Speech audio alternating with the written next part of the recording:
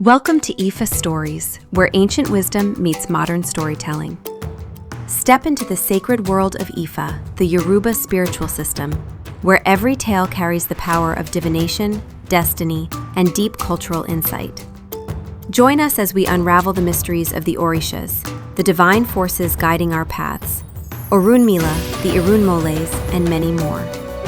Each story is a bridge between the past and the present, weaving timeless lessons that inspire, enlighten, and transform. Embrace the wisdom, honor the tradition, and journey with us into the heart of Ifa. Subscribe now and let the stories guide you. To explore full Yoruba stories, IFA teachings, and ancestral wisdom, visit our website, www.ifastories.com. Step into the sacred path for more resources and information. The feud between Òyó and Ìwó Yoruba prayer. Akapa eku, omu oju siwaju. Woni ki lodeti ofi oju siwaju. Oni ikuwa siwaju longkan baba ogun. Nigbati ejaku, oyi oju si eyin. Iku lode tomu oju si eyin. Oni iku eyin longkan yeye won la jogun. Agbofe aya orisha. Ibi wontin kon oju agbo. Ibi ti ishelo. Ibi wonti iju okpa orere si ire. Awon lo ndifa fun Elegbá. Tomoni ifa tomologun. The story. The rat was found dead and turned its head forward after death. When it was asked why it faced forward, it explained that it was a frontal attack that had killed its ancestors. The fish died and turned its head backward. The ram father seduced the wife of a divinity, but while fleeing, a spear was thrown at him that broke his horns. These were the names of the 3 Òyós who performed divination for Elegbá, who was deeply knowledgeable in practice, both in the art of Ifa and in traditional medicine. His poverty had made it impossible for any war in the land of Òyó to be successfully resolved. Before Elegbá came to Òyó, the people of Ìwó constantly came to harass Òyó and turned its people into slaves.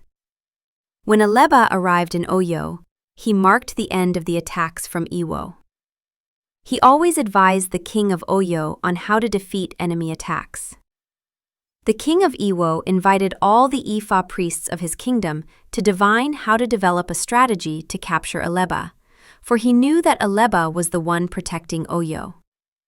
After the divination, it was Ògbè-Ìwòrì who told the king that it was impossible to do anything against Elegbá. The only possible option was for him to leave the town, using his weaknesses, a beautiful woman and kola nuts. The only suitable young woman was the king's own daughter, for she was captivating and of marriageable age. She was to go to Elegbá with a basket of kola nuts to proclaim for sale, and with a mirror in her hand. The king of Ìwó prepared his daughter to go in search of Elegbá. When the princess arrived in Òyó, she proclaimed her kola nuts until she reached Elegbá's house. When Elegbá heard the voice of the young woman selling kola nuts, he came out quickly. Upon seeing her beauty, he smiled. The young woman blushed and returned the smile. He offered to buy all the kola nuts and took her into his house. She immediately accepted his offer of marriage. Now it was time for the young woman to continue the plan created by her father. One day, when Elegbá went out, the princess took his horsetail whisk, roasted it, and used its skin to prepare soup for him to eat. When he returned, he asked about his horsetail. She replied by asking whether he had left money for food. Elegbá did not lose his calm. When he went out again, the young woman broke his wooden divination tray, akpako, and used it as firewood. When Elegbá returned, he discovered that his divination tray was gone. The young woman explained that she had used it for firewood. Once again, he remained peaceful. The next day, she used the divination staff, uwere, as firewood. Again, Elegbá maintained his calm. The woman wondered how it was possible that Elegbá did not lose his patience after so many attempts to destroy it. She then began preparing to return home. She told Elegbá that she wanted to go to her parents' house, for it had been too long and her parents did not know whether she was alive or dead. He caressed her and told her that he wanted to go with her to meet her parents and formalize their engagement. She packed her belongings and those necessary for Elegbá to undertake a short journey: his okpele, akpako, ierosin, divination powder, clothing, and other items. He told her that he would catch up with her later. About 300 meters ahead, he found her. There was a bandit called Eluju Sonofe, and that no woman should go alone. He told her that they should return, but she insisted. At that moment, she took out her mirror and told him to look into it. Once again, Elegbá said they should return home. She again took out her mirror, and he proposed returning once more. She passionately appealed to him, saying that she would be disgraced if the man who had been with her all that time did not appear before her parents to confirm their engagement. In the end, he accepted and told her that he would only go for a moment, for he was not prepared for any formal meeting. People greeted him as a worthy priest of Ifa, certain that he was going to meet the king of Ìwó.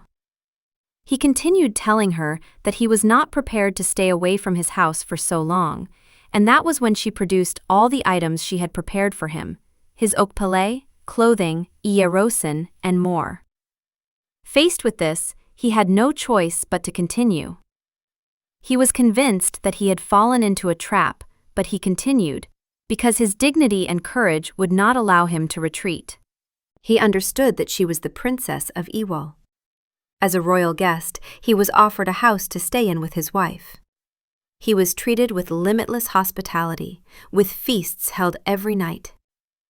While this was happening, the king of Ìwó ordered an attack on the town of Òyó. Since Elegbá was not in the town, the king of Òyó was captured, all his chiefs were taken prisoner, and the king was taken to the palace of Ìwó. The king told his daughter to invite her husband to divine what the box contained. Elegbá touched the box with his okpele, and his own Ifa, Ògbè-Ìwòrì, appeared. Immediately he was overwhelmed with grief and began to pray while crying. While Elegbá wept, the king was stunned and confused as to how Elegbá knew the contents of the box.